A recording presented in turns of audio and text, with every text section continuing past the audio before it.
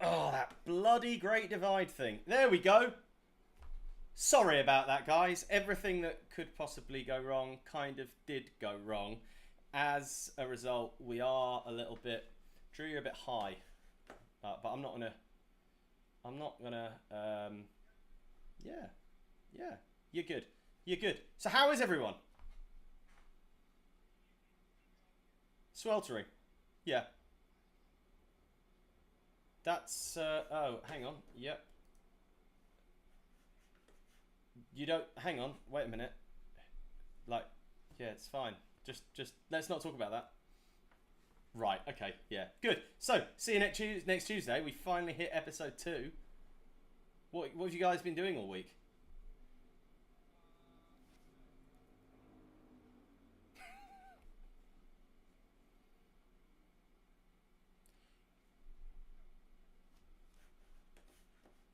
Yeah, I am pretty... Apparently my volume is very low, so I'm going to go and quickly try and fix that.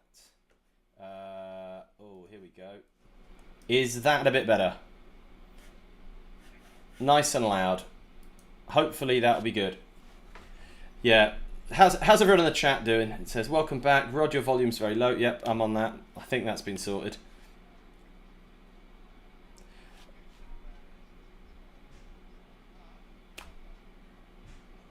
I think Riley's got a beer, but he also said earlier in the chat it's midday we're here, so living the life. They've also said that we're getting like these like tropical temperatures, and Hemel Hempstead looks like Miami now, doesn't it, John?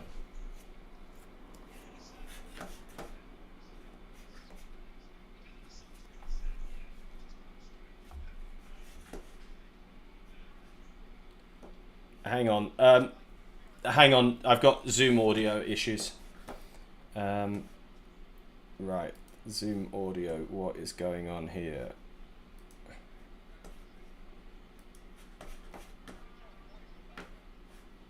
Okay.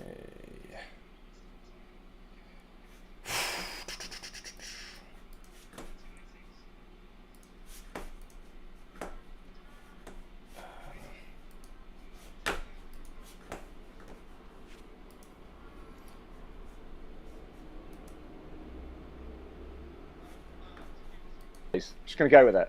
No. Right. Oh, okay. Let's start again, guys. I think everybody should be back in the room now. So I'm on. Guys in the chat, can you hear me? Type something soon. Right, Drew, do your mic check. Check. 2. Check. You can't hear Drew. Are you serious?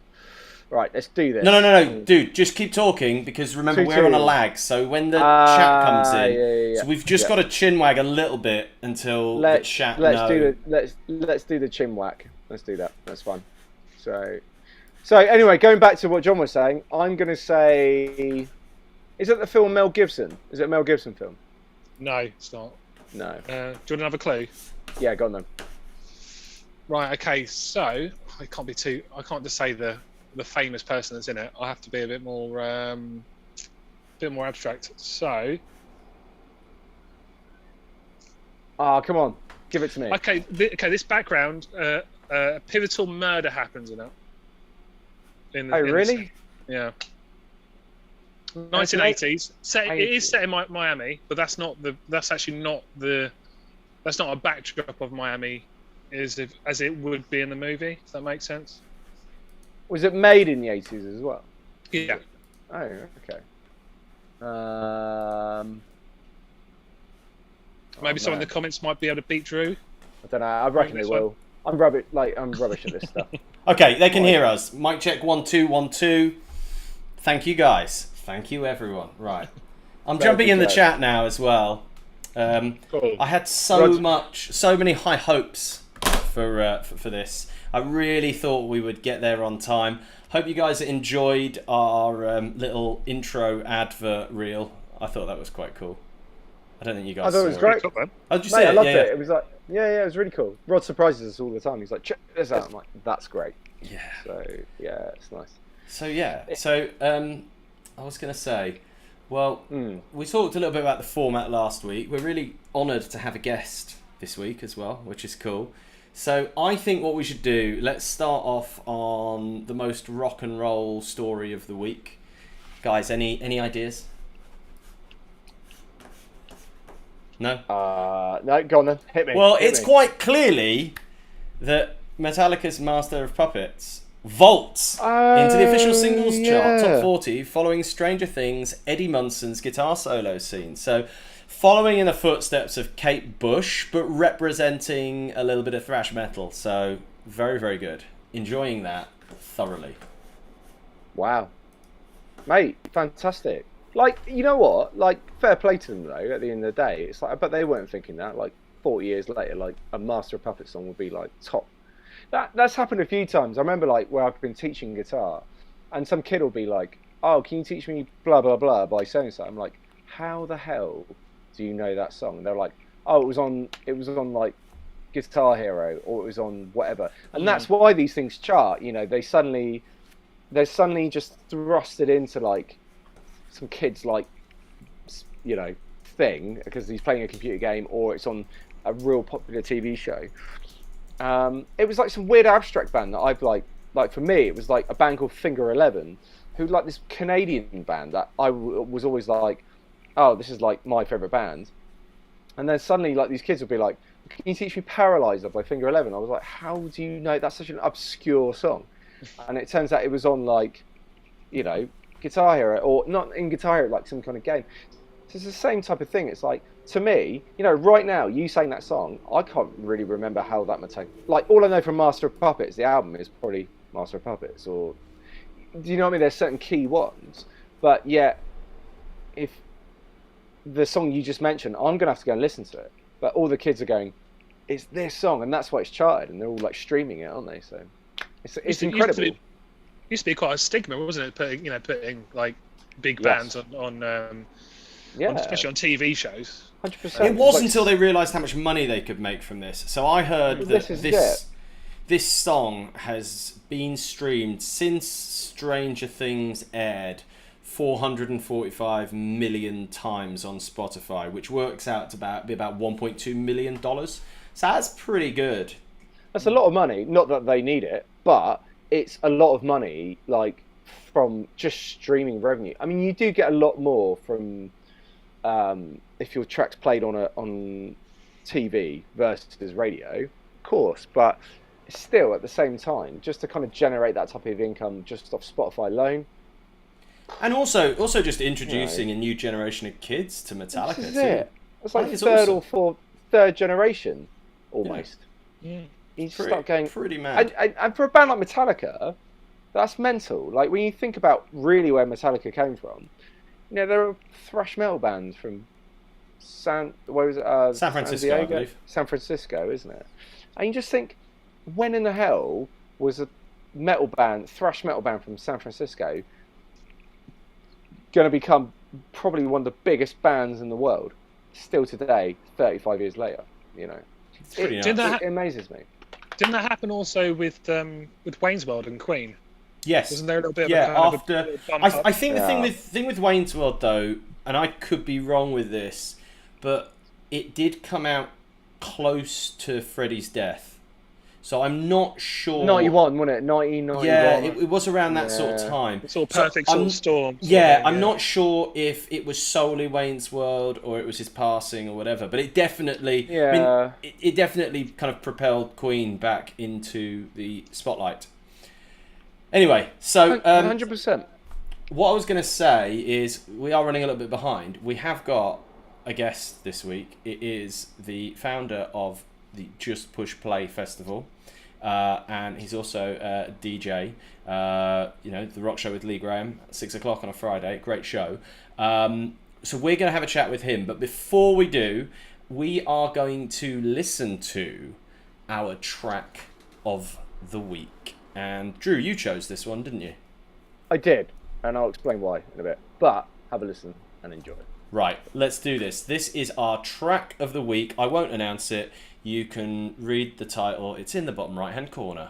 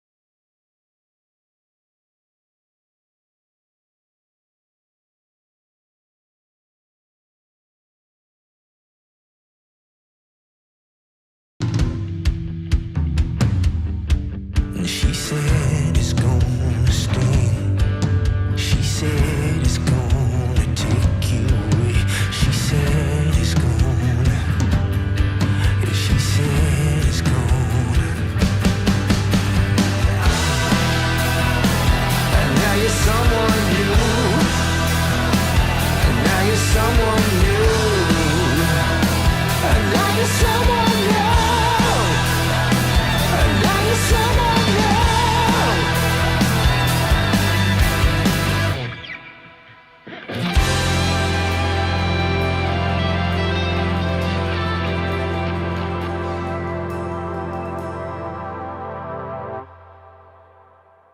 Yeah, the sound now. Okay, cool. That was, sorry about that, guys. Yeah, we have got a few kind of gremlins in the machine. But yeah, I guess you probably got the last 30 seconds or so of Matt Mitchell and the Cold Hearts with Someone New. Great, great tune. And We could play it again. You could play it again at some point. So nah, maybe I'll play it at the end of the episode. do At the that. end of the episode. Yeah, let's do that. So yeah, Matt's a great friend of the band, an all-round kind of rock and roll badass. What kind of vibes do you get from this tune, Drew? I'm kind of feeling, I mean this in a good way, bounce era Bon Jovi.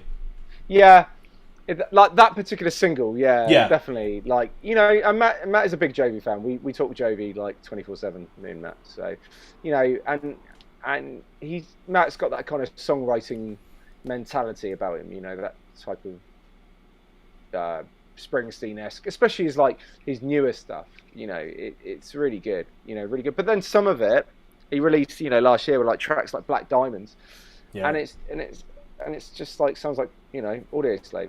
It's brilliant. You know, he can kind of go from that to that. You know, and so, but his music is great and it's really well produced. And in fact, I think he played all the guitars on that as well. You know. He's a brilliant guitarist. Like, he doesn't give himself enough credit as a guitarist as well. I'm like, mate, did you play guitar on it? He goes, yeah. And I was like, wow, there you go. You know, so I sort of went through the process with him as he was doing the album. You know, pretty much as we were doing ours as well, actually. You know, so it's kind of cool. Yeah, wicked. Cool. Well, listen, everyone can probably see the old Just Push Play, and that is the little drum roll we've got. Oh yeah, and no Alex, but still. Third time lucky, right? Let's introduce our guest, who has been with us since 7:30. You know, going through all of our issues with us. It's Mr. Lee Graham. Woo! Yeah, I thought you were going to say it's our new drummer, Lee Graham. How are you doing, Lee? Thanks for putting up with so many technical hitches. It's probably been quite enjoyable watching me lose my shit, but you know. I've been there myself, mate. Don't even worry about it. So cool, man. Thanks for joining us. Obviously, you might know Lee from The Rock Show with Lee Graham. Obviously, the work that he does putting on the awesome Just Push Play, which we're really, really looking forward to. But, yeah, I don't know. We were going to have an interview-ish kind of thing, so I guess I kick off with this, Lee. How did you get into radio? I got into radio. I mean, I did a few like uni radio shows when I was at university, and then sort of just a few guest things we did for fun. And then it was actually starting off when I moved Just Push Play from where it started off in the Con Club, which is a social club in Bury, over to the Apex. I went onto the station I'm at now, RWSFM, to basically go and give Just Push Play a shove out there and get interviewed myself about that. And then afterwards they were like, you know what? We are looking for a rock DJ, you know, would you be interested? And I was like, yeah, you know, do I want to go somewhere and play 2 hours a week of music that I love? And at least I'm playing as someone then and not just playing it to myself or annoying Joe. So, you know, so yeah, that's how it started off really. So yeah, Just Push Play is very much linked into the radio show. And then, you know, there's so many good bands on the rising side of things, which is what I try and highlight both with the radio show and with Just Push Play. So yeah, that was the sort of catalyst for it all, mate. Lee, awesome. how long have you done Push Play? What year is this going to be? 8 years I've done it total. Wow, cool, Yeah. amazing. Wow. Yeah, started in 2015 to mark the 5th year of my dad passing away. And we've Yeah. been here since. Who's on the first lineup? It was local bands, so it was my band at the time, a couple of mates' bands. That's where it started off at. And then we did it, you know, local bands and that side of things for the first 3-4 years. And then in 2018, I just decided to see how far we can push it and can we get it to the Apex, because it's such a killer venue. and that was always my sort of. And I say always my end goal. Initially, I was just going to do it as a one-off to mark the 5th anniversary, but it came around to year 2, and people started saying, you know, are you going to do another one? I thought, well, why you keep asking? I'll keep doing them because it's more money. Yeah. But since it started becoming a more annual thing, it was definitely an aim to, at some point, get to the Apex if we possibly could. And I don't know what it was. The 4th year, I just decided to see, look, let's see how far we can push it. I put a crowdfunder up to see if we could get the sort of deposit covered at least for the Apex. Gave myself 8 weeks. And within 2 weeks, we had the deposit, and 8 weeks, we had the costs covered for the show. So it was a case of, you know, Awesome. go put your money where your mouth is, Lee, and actually do this. Yeah, and that's brilliant. That's what it's about, isn't it? You know, it's like, just take those risks and sort of see what happens, you know? As Rod always says, the bigger the risk, the bigger the reward, as it goes. Yeah. So, as a DJ, one of the questions I wanted to ask was, obviously you get kind of the inside scoop on kind of like lots of new bands coming up, but what has there been a track that got submitted to you that just kind of blew you away, and then this band has gone on and they're in a, you know, different place now to when you came across them? Ooh, there's been a couple. The one that springs to mind is Florence Black. Yeah, great. You know, there was slightly different. I got sent a single of theirs not long after I saw them live for the first time. I went to go see Hollistar play down in Cambridge, and Florence Black were opening up for them. And I hadn't heard them before, hadn't seen them live. Actually, Matt Mitchell and the Cold Hearts were also playing that same night. He opened it up. Oh, great. And then it was then Florence Black and then Hollistar. And, you know, I'd heard Matt Mitchell and Cold Hearts play, and I hadn't heard Florence Black, so I had no sort of preconception. And they came on and just blew my head off, quite frankly. Yeah. And then I got sent a single of theirs, a track called Smoke. Got sent that. Hearing in the studio was just like, this is great. And I started thinking it. And then, you know, we were fortunate enough to actually have them obviously Just Push Play last year. And these guys are just going from strength to strength at the minute. You know, they've just finished out a tour out in Europe with Steel Panther. They've had some great festival shows lined up. So, yeah, I got a feeling that those guys are going to go all the way to the top. Nice. Fantastic. Yeah. No, I mean, like, their record is just really, really great. It's kind of strange. Like, I kind of feel like Florence Black they're kind of in that new wave of classic rock scene, but they've got almost this like new metal-y kind of vibe to them. And I feel like the genre or that collective is shifting, you know, and it's been relatively welcoming for us too. And it's definitely moving away from that, or I would say expanding on that kind of like 70s bluesy rock that was the foundation of it a few years ago. Oh yeah, without doubt. Yeah. Of course, so, yeah. Yeah, so moving on to kind of this year, which acts are you really looking forward to seeing? Apart from Just a Ride, obviously. Apart from you guys, of course. You know what? I don't have a band on the bill I'm not looking forward to. That's one rule I've always set myself for Just Push Play. Even when it was, you know, mates bands in social club and friends of friends bands. I never would have a band on the bill that didn't get me excited. You know, you didn't get on just because I was a mate of yours. You had to give me that feeling of when you stood there, which like I was saying, we were watching Florence Black, or when I watched, you know, Hollistar for the first time. And Joe knows what I'm like. We'll be at a festival somewhere or whatever, or some support act comes out. And she knows apparently I get a look in my eye. I'm sure I do. Joe doesn't lie. And she'll just go, you haven't got enough room on the bill, you know. I know, but maybe we can make some, you know. And that goes for everyone from the opening acts all the way through. In 2019, I went to go see, that came through the radio show actually. It was a local band called Broken Soul, who I've been managing now for the last couple of years. And I got asked they sent me this single Cherry, and then I got asked if I would help give them a push for their debut album show that they were putting on themselves. So yeah, definitely, you know, the great real grungy vibes about them. And then it became, well, would you want to come along and DJ between bands and just sort of keep momentum going? So I was like, yeah, I'll come down. I'm not doing anything that day. You know, it's a night out. I'll come along.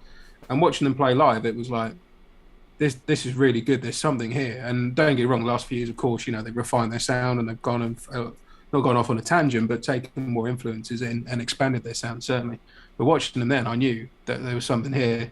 And that's why I expanded Just Push Play lineup to have them open up, basically. So yeah, it's always about every band for me on that bill. So every band from Gallows Circus opening way up all the way through to Phil Campbell and the Bastard Sons. I gotta say, I can't wait. I'm so excited by this lineup. I really am. But there is a tinge more sentiment to Phil Campbell and the Bastard Sons, I gotta say, because obviously this show's in memory of my dad and for the hospice that looked after him. And I can't tell you how many times me and Dad went to go watch Motorhead to put it together. Sure, yeah. I can't tell you how many times I went to go see Motorhead with each other. So to have Phil Campbell on the stage for a show for my dad when there's a lot of memories tied up there, yeah, it's pretty special. Amazing. Oh, that's amazing, man. Yeah, it's lovely. So you've kind of, obviously, Motorhead, you've mentioned. If you could have any band in the world to play Just Push Play 2023, or actually probably 2024, because I reckon 2023 you've probably got almost filled. So what is that one band, if anyone in the world you could have play? It's got to be Aerosmith. Of course. I was going to say, I thought I knew the answer to that one. Because it's named after the album, Exactly, yeah, that's where the lineup came from. And a great album it is. It's such an overlooked album. I know. I listened to it and I was like, oh my god, like this is like incredible. Tracks like Out of Your Head and Sunshine and Trip Hopping and Mate, was it the There's a gun living up in Under My Skin, yeah. Under My Skin. You're like, what a riff. I'm like, sonically, Jaded. What a song. Yeah. Jaded. That's absolutely massive. So, Lee, we've actually got a couple of questions in the chat before we let you go and, I don't know, just go somewhere really cool. Because if you're anything like me, I don't know why I've got lights on me, but I'm absolutely dying in this heat. So Riley asked, Lee, give him your up-and-coming bands. I'll give Riley my bands that come back. Okay, a band that I'm really excited by at the minute, a band called Blue Nation. Cool. If no one's heard them, I first caught them supporting a band I used to like, who was sadly no longer back, called Dirty Thrills. Absolutely adored Dirty Thrills. And then sadly they disbanded, but I went to see them, saw them at a couple of festivals and then in Norwich. Blue Nation opened up for the show in Norwich. Really enjoyed them at the time. Didn't hear anything from them for a little while, but then fortunately for me, I think it was about a month ago now, I got sent their late, I Feel Loath, their latest single. Or sorry, it's not their latest single now, but it was their latest single at the time for their upcoming EP. And this EP is storming. So if you've not heard Blue Nation, go check them out. Really kind of Beatles infused sort of 70s. Oh, yeah, that's what we want. But like less bluesy rock, more Beatles sort of thing. I'm going to listen. What, like King's X? I'm going to listen now. That's it. Yeah, Blue Nation. Go check them out. 3-piece. Yeah, 3-piece, yeah. Yeah, there should be our tracks like Feel Low. Echoes is their new single, which is out in a couple of weeks. Come Back Home, I think, was the last single before that. So go check out Blue Nation if you've not checked out them. Absolutely. Dirty Honey, who I caught at Download and supporting Rival Sons. Very 70s sounding, very sort of Rival Sons-esque. Yeah. And their lead singer's got a real Steven Tyler snarl about his voice, which I really like. Even to doing the tongue rolls and everything, when I was seeing them doing the tongue roll screeching when I saw him supporting Download first and then supporting Rival Sons, and I was just like, that is straight out of Steven Tyler's box, mate, but I'm not going to have a go at you for that because I can't do it either. But he could, I couldn't. So yeah, Dirty Honey, Blue Nation. You're also telling my crank at the minute. Damn Truth, if you've not heard them, they're a really good band. Yeah, I remember them. Yeah. They're doing well. And not a new band as such, but I really like what he's doing with them since the Wild Heart split up, and that's Ginger Wild and the Sinners. Really liking the Sinners. Is that his new stuff, is it? Yeah, he's done like a Ginger Wild Heart and the Sinners. Not country, but it's slightly country tinge. That guy is a great songwriter. Yeah, I think he's one of the best songwriters we've ever. Like when you actually like listen to you go deep into his catalog. That is like Beatles, punk Beatles. Yeah, it's the best songwriter. It's really amazing to listen to. Like one of my favorite bands was Honeycrack. That's a great band, yeah. And it was like this weird one-off album that happened, but it's incredible. It came out in the 90s, and then everyone was a bit like, "What's happening?" Yeah. like what's going on, and it was on like Tier 5 Friday and stuff. But I really enjoyed it. There's a track called Animals, really good song. Yeah, I'm always trying to rip off that song. It's great. That's kind of how we write music. What we do is Drew and I basically like Frankenstein songs. So we go, I really like this part of that song, that part of this song, and basically, if you rip off enough songs in one song, you will make something that sounds relatively original. So I think that's kind of how bands do it, right? Well, they do say yeah, there's I no think such thing as an original idea, don't they? They say it's a mixture of two. There's no such thing as an original idea. It's two mixed together. And, Well, I remember getting some really good advice from Mike Gray, who said to me, 99.9% of all music is unoriginal, and if your music truly is original, there's a very, very good chance that it's completely shit, because there's only so many Rage Against the Machines. The vast majority of people, if you literally sound like nobody else, there's a reason, and it's because you're shit, apparently. Unless you're Rage Against the Machine, who, again, I think they're fucking amazing. Any of the Rage fans? Yeah. Yeah. I mean, I'm a bass player, so how could I not be? Tim Commons. Absolutely. That's my favourite rhythm section in rock. I met him once. Legend. Yeah. Hero. Yeah. I was at a festival when we were watching Frank Carter and the Rattlesnakes. It was in Copenhagen somewhere. I was like side stage and I was just watching him, and I was like, yeah, cool. And he literally knocked me and Phil on the shoulder and just went, "Oh, guys, who's this? These are great." And we just went, all right. And then we watched Prophets of Rage like side stage. That was amazing. I bet that was incredible, man. Yeah, it's great. I let the drummer go for a piss after me, like in the toilet mid-set. It was great funny. Rock and roll lifestyle, Drew. You've lived it. Mate, it was great. Well, something like that. I don't know. But it was fun, wherever it was. So Oh, nice. Well, listen, the last question that I had for you, Lee, is actually been asked by Paul in the chat.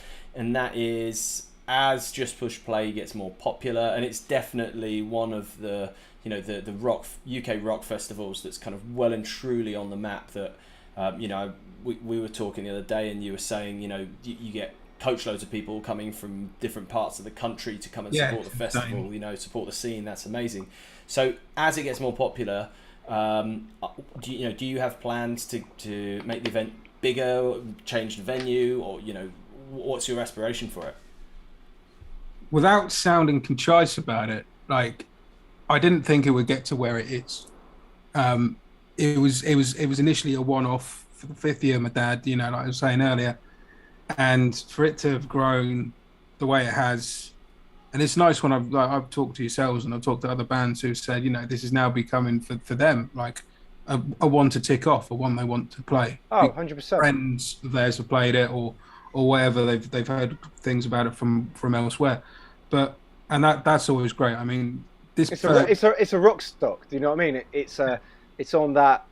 To me, in my brain, it's there. Do you know what I mean? So it's that type of, Yeah. So to have those sort of comments is just insane, considering this was literally done because someone, when we were trying to work out in a pub one night what we were going to do for the hospice for the 5th anniversary, taking the piss, said, "Lee, go put on Live Aid," and I went, "Fuck off." Fuck off. And then I went, well, hang on, a gig makes sense. With my dad and the relationship we have with music and everything, a gig seemed like the perfect tribute. And, we were sat at the pub table and, mates of mine playing in bands, I played in band at the time. And it was like, well, if you did it, we'd play. I'm like, well, would you? And they're like, yeah, of course we would. It's for your dad. For fuck's sake. Of course we play. So that one throwaway comment got 4 bands. And I was like, right, okay, so there may be something here. But for it to have grown from that, up through to the Apex, and first year we were there, we had like Wolfjaw headline and great supports. Now we've had Crows, we've had Massive Wagons, we've got Phil Campbell, and that's just on the headlining stage. Across the border, we've had Hollistar, Dead Man's Whiskey, the Amorettes. It's just insane, the bands that we've had over the Gorilla Riot. It's just insane. So as much as I would like, I'll keep doing this till it starts to dip. I'll be honest. Yeah. Okay. Fair enough. While it's on the rise, I'll keep going. I really like the fact of the venue where it is, because it's a great venue. It's 800 capacity in there, so it's a decent sized crowd, but without it seeming too huge. Because for me, if you're a stadium show and you're stuck at the back, then it's basically a sort of more of a theatre kind of thing. I mean, I would say the guest, like Rob was saying, would you do a bigger venue? I mean, like my thought would be like more keep the same venue and do a 2-dayer. You know, that's thought about a 2-dayer. I thought about doing potential of maybe doing 2 a year and doing like a winter's side of thing, and then obviously keeping this one in the summer. That's something that is a possibility in the future. Yeah. Another, I mean, when me and Joe have spoke about this, you know, over a couple of bottles of wine on a Saturday night and seeing where my imagination went, and if I could put it in any venue, like if I won the lottery and there was no, you know, didn't have to think about the budget or anything, I'd chuck it in somewhere like the Roundhouse, because I love the Roundhouse. Good shout. Good I love shout. the Roundhouse as a venue. Great venue. Been there a couple of times. Seen a few bands there. Love it. Which is an old train station. Yeah, it's like an old turning station. Oh, yeah, that's right. Yeah. That's crazy. Well, listen, Lee, it's been awesome chatting to you. You know, as everybody knows, we're playing Just Push Play in what, 10 days maybe? Yeah. 10 days. Yeah, shit. This was getting close. This was actually one of the first gigs we were booked for, Rod. Yeah, I know. I was gonna say, you know, when Lee mentioned, you know, bands are really eager to play, and you're kind of planning some, you know, these bills maybe 1-2 year in advance. I remember when we were kind of talking about it, it's like, oh, it'd be nice if they just push play. I was like, oh, that's in a couple of months. And it's like, no, it's in 14 months.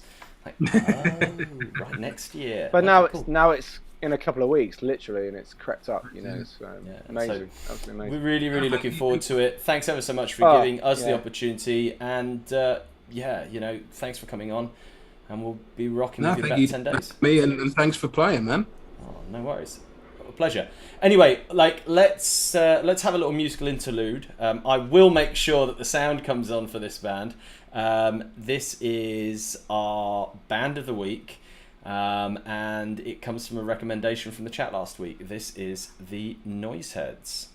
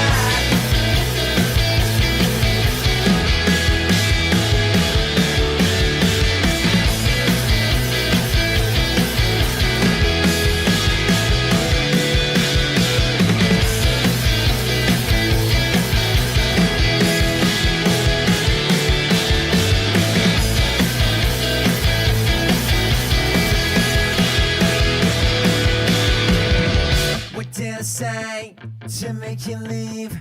What made you wanna give up on me? What made you wanna give up on me? What made you wanna give up on me? And you always wonder why, but at least I know I tried. You have to say goodbye.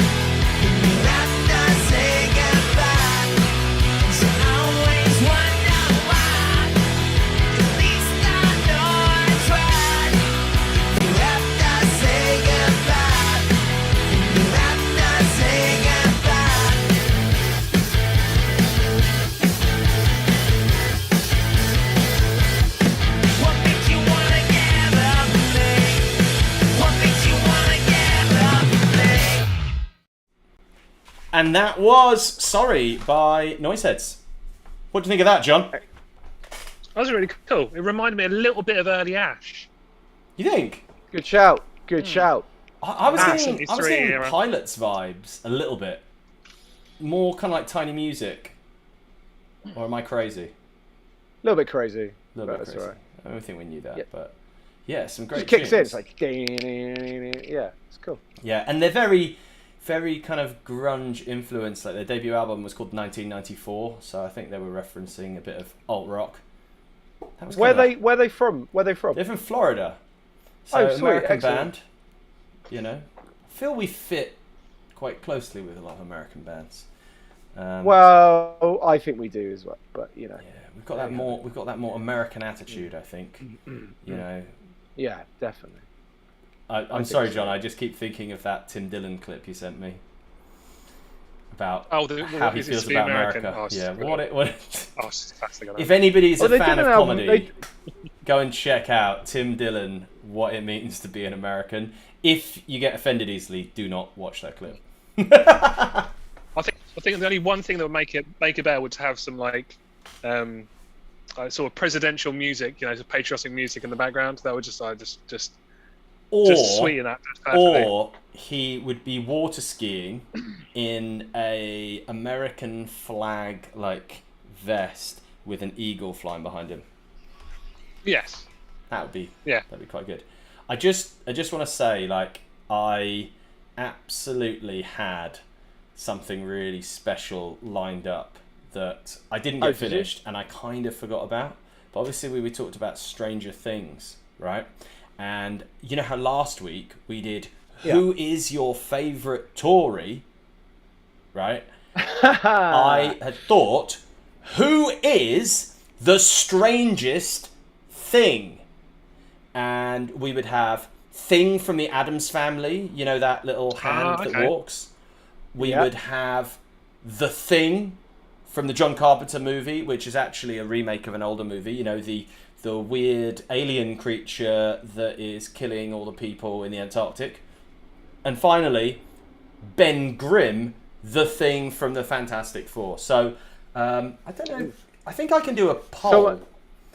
Can I? Chat amongst yourselves. So someone posted on Facebook the other day. What they were like? What is the hottest day? And he was like, give you three: Green Day, Darren Day, or Forest Day. yeah. So what's your hottest day? I thought it was quite funny. Green Day, Darren Day, like, you know. You've got to fill the silence more all the Like, time. Sorry. Okay. Wow. What is your hottest day, John? I don't know actually. Can I stew on that? Yeah. Sure. Come back to me. Yeah. Yeah. All right. Fair enough. Actually, still haven't answered. Have you had time to stew on my background and see if you can? No, see the if film. me? Sorry, the film. Has anyone else got that yet? Has anyone else in the group got that? Mate, you're just gonna have to announce it. Okay, And you're gonna say it, and I'm gonna go no. You know, like Padawan. Scarface. Like the whole. Is it from Scarface? I thought that was a '70s film. No, it's eight. No, '80s. it must be 80s. Very early 80s. Actually, I've I'm just put the saying poll for a up, long by the time. way, Great guys. film. So anybody in the chat, you can now vote on your favourite thing. And, you know, we can then make some comedy clip out of that. I'm thinking that might be our thing. It's our little homage to the great man himself, Sir Alan of Partridge. But I think that's going to be our little clip. We've just got to think of our... Yeah. what is Good your morning to you, favourite? sir. Yeah. So yeah, that's the It's the noise bit, heads. for me, it's the bit when he hits the CDs and it goes like that, and it's sort of like. Anyway, Yeah. doesn't matter. Carry on. Do you know one of my big regrets when I was in Violent Delight? We toured with the band A, and I've always been an Alan Partridge fan, but the obsession came a little bit later, and it didn't twig to me that their album is called Hi-Fi Serious, and they then later did a tour called the Inner City Sumo Tour. And I'm like, how did I not get these references? Bug. So just a little update. So far, the I don't thing, the monster from the John Carpenter movie is winning. It's taken 50% of the votes. Oh, really? Yep. I would have And, gone I for think me. that's I would have gone Well done. Adam's Family, but whatever. Oh, do you know what? I was going to go for a little bit risque. I don't know if you guys ever read The Secret Diary of Adrian Mole, but he used to No. call Spell? his penis the Thing. But I thought that was a bit Wow. crude. I thought that was a bit crude. Probably a bit too far fetched. Yeah. Yeah. Yeah. Played And I by don't think Stephen anyone- Mangum. yeah, it's a Played bit- by it's a bit Stephen too Mangum niche. in the TV series, who famously played Dan in Partridge. You know, the half of the Sex People couple. Oh, yeah. Dan! Dan. Yeah, So, always good. Bloody hell. do you think we should probably wrap up? We've done our track of the week, which was Yeah. Mitchell and Cold Hearts. We've had our band of the week, the Noise Heads. Thanks ever so much to Riley in the chat for giving us that. And I feel really relieved, actually, because I did make quite a facetious comment last week when he suggested Noise Heads. And I said that if they were good, they'd be our band of the week. And if not, you could kind of read between the lines. But as you know, they are a very good band. I think we all agree. So They're yeah, great bands. don't want to come across like cock. As much as it probably just naturally exudes from me, I do kind of want people to think I'm slightly nicer That's right. than I am. I think, mate. I think we're all cocks Yeah. at some point. You know what I mean? Doesn't matter. You know, Doesn't matter. So to close the show, I guess there's going to be two things. The first thing is people can actually hear it because it is a Everyone great can hear song. Yeah. Yeah. So Great Divide. I mean, Drew, hats off to you. Well done on the mix. It's fucking incredible. Thank you very much. Continue on the mixing. Well, Yeah. mate, like it's all like, you know, you wrote the lyrics and the melodies, and you know, it's all good. Like it's a team effort. But I think it's all, and you did the video, mate. So don't get, you know, it's like Yeah. And it was, and you know, Rod it's does Rod does the video. And the nice thing as well, it's kind of like it's Russ's parting gift as he passed on the torch to John. So you know, it's nice to kind of for him as well to hear that, Yeah. and his memory lives on. He's not dead, but his memory lives He's on not within dead. the band. Stop. So yeah, you know, I'll email him the link. I don't know, he might be watching. You never know. I John, don't know, who what do knows? you like about Great Divide? How fantastic a writing team is Rodney and Drew? It is. I just want you to tell us how great we are. Would John. you say we Well, were that a was good great. writing team or a great writing team? Think about it. Think about your Give me 2 answer. seconds. I just need to get my script up on my other screen. All right. Oh, sorry, I've just noticed there's a little thing. Is anybody here into Pavlov's dog? David Surkamp, he has such a unique no. voice. I will check out Pavlov's That's a dog. good I'm name. aware That's a of good name. great name for a band. I'm aware of. I actually had to explain what the whole Pavlov's dog thing was to my wife the other day. I can't remember the context of it, but yeah, just so strange to have that pop up in the chat. So yeah. Yeah. So sorry, John, you were going to talk about something, weren't you? How great we are. Yeah. You Yeah. you So script ready? right, I get my glasses on. So let's read this. Oh my god. No, in all seriousness, it's been really great. I mean, it's been a massive learning curve. I mean, I've known Rod for years, and I just realised actually, I think the first time we ever met was at Paul Merson's soccer camp. Yeah. Unofficial. It was the unofficial. It was back when Paul Merson. This is a big sort of tangent, but back when Paul Merson was going through his trouble period, wasn't he? And he Was he in trouble? Was he? Did he have some trouble? Yeah. Trouble I period? possibly, I think it's some possibly it booze. could have been community service. Yeah, because we turned up there and it was outside my old school in Killigrew actually, and then we didn't actually see Paul Merson his soccer camp. He didn't actually turn up until the day the press came. So we did like a week of just kicking a football about around some cones, and then the day that came, It's Like brilliant. I will go to the I'll go to the papers if you do not do this. Like, yeah, all right. Probably. I'm sure he had dirt on everyone. Yeah, like yeah, exactly. it was a lot simpler back then, wasn't it? You don't have social media. You just put a couple of puff pieces out and you're good to go.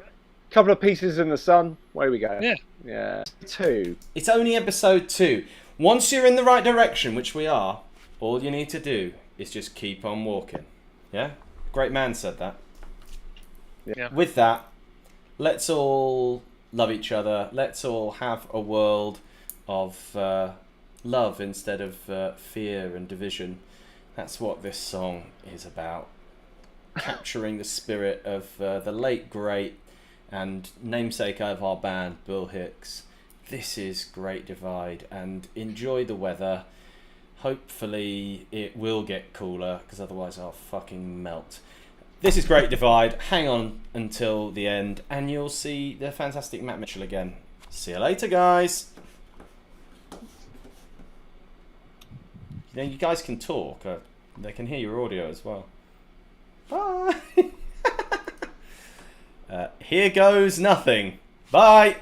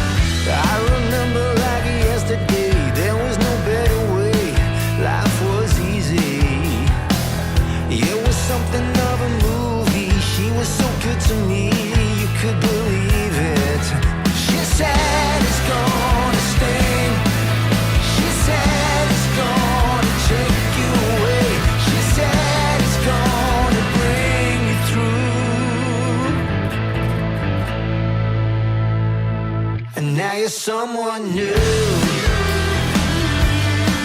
Someone new. Flying high in a sundress, taking on someone else's credit for need. We were living like a hurricane, leaving some devastation for the insane. She said it's gonna sting. She said it's gonna take you away. She said it's gonna bring you through. And now you're someone new. Someone new.